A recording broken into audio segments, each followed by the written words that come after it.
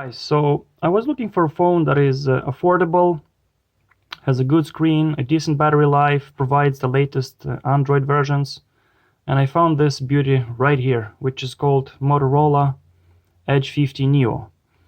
Let's have a look at its advantages, disadvantages, and just wanted to show you and tell you why I think this is one of the best mid-range phones out there. Let's start with the advantages. What I like about this phone is its size.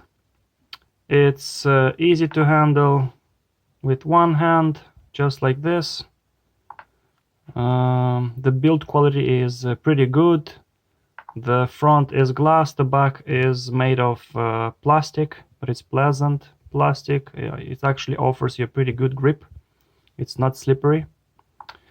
The screen is just amazing. It's an OLED screen, provides 120 Hz refresh rate. It's smooth, it's bright. I really like the screen.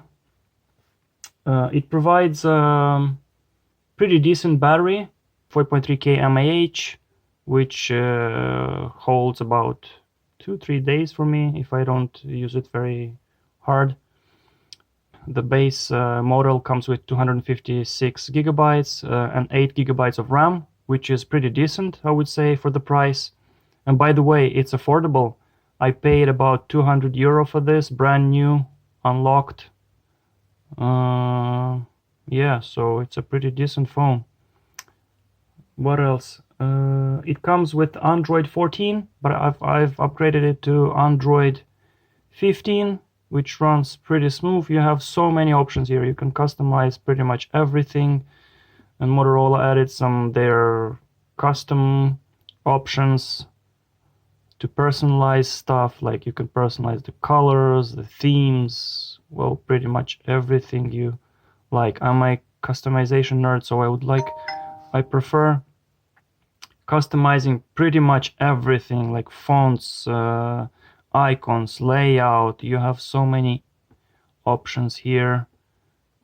So in terms of customizations, it's a very decent phone. You can customize the home and lock screen. You can have this classic style drawer like this. You can have like icons instead of this list. What else? The lock screen can be modified in multiple ways. It has always on display. You can double click, double tap to lock it or to unlock. You can unlock with your fingerprints, or you can unlock it with the pin, with your face, and so on. So you have plenty of options here. Home screen style. This is very important for me. For example, I don't like the app tray. The apps should be located on the home screen instead of the app tray. So if you scroll up, you can choose to use the app tray, but I don't really like it. So I think it's pretty limited. So I prefer to just scroll to the left or to the right. Too bad they don't have an infinite scroll. You could scroll infinitely to see all the apps and all the pages, but that's not a big deal. Yeah, so in terms of OS, it provides a pretty smooth experience, and you can change so many things here. The notifications. So for example, I prefer reading my notifications while the screen is locked. So for example, you can reply straight from here. You can choose to unlock if you want to reply, or if you can choose to keep the sensitive notifications right here. You can reply without even unlocking. You can have some shortcuts like photo camera and so on. Everything is customizable. You can have different stuff here. Pretty good experience. I've installed some basic apps. I'm not a heavy player in terms of games. Everything runs smooth and is fast. I like the gestures You can choose to use icons to go back or forward, as in the previous versions of Android, but I find the gestures very well implemented and very smooth.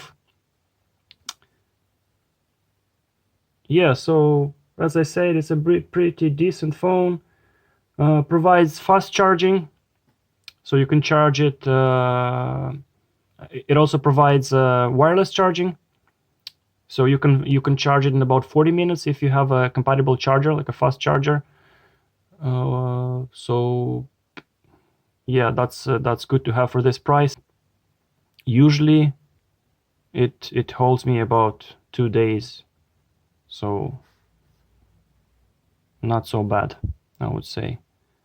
Now let's talk about the downsides, or what I don't like about it is the cameras. So if you're a photography enthusiast, I would say this phone is not for you. The camera is choking. It's pretty slow. The video camera is sometimes lagging. As you can see, it just frozen. So yeah, it's not the best experience in terms of photography. The quality is decent, but not excellent. Yeah, so this is one of the downsides. What else? Those little things like as I said, I like to customize pretty much everything, and there are some things that I don't like, and some built-in functions that are not present here. So for example, you don't have a built-in note-taking app. You don't have a built-in file manager or document reader or viewer. On the other hand, you have a lot of bloat for Motorola, like different apps that you probably don't need.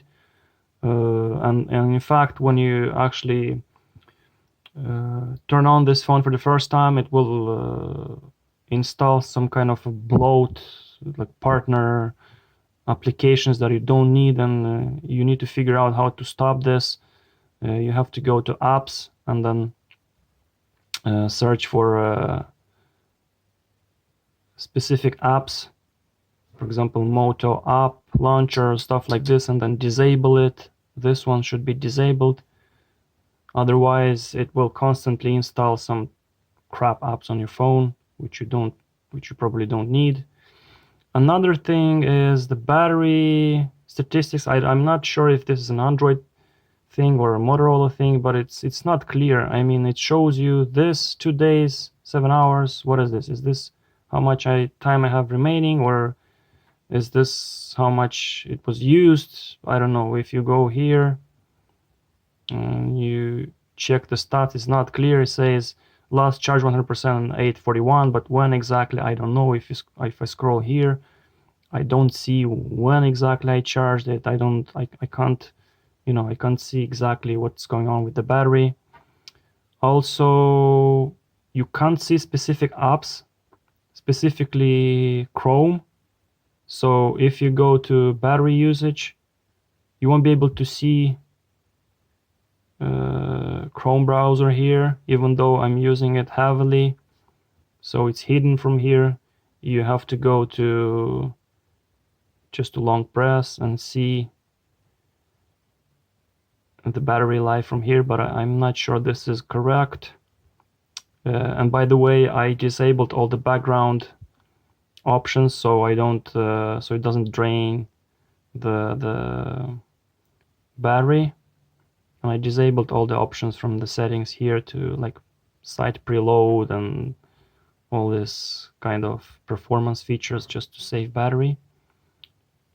So as you can see, it runs pretty fast.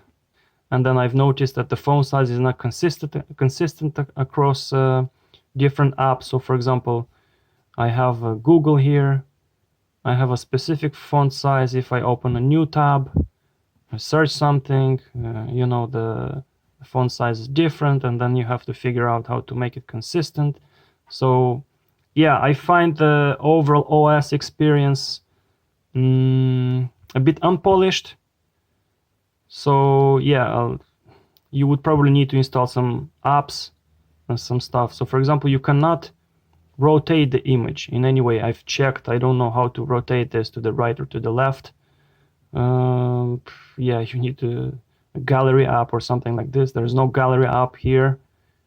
It's just a default Android file system like this, so it's not the most user friendly. But apart from that, and that's a pretty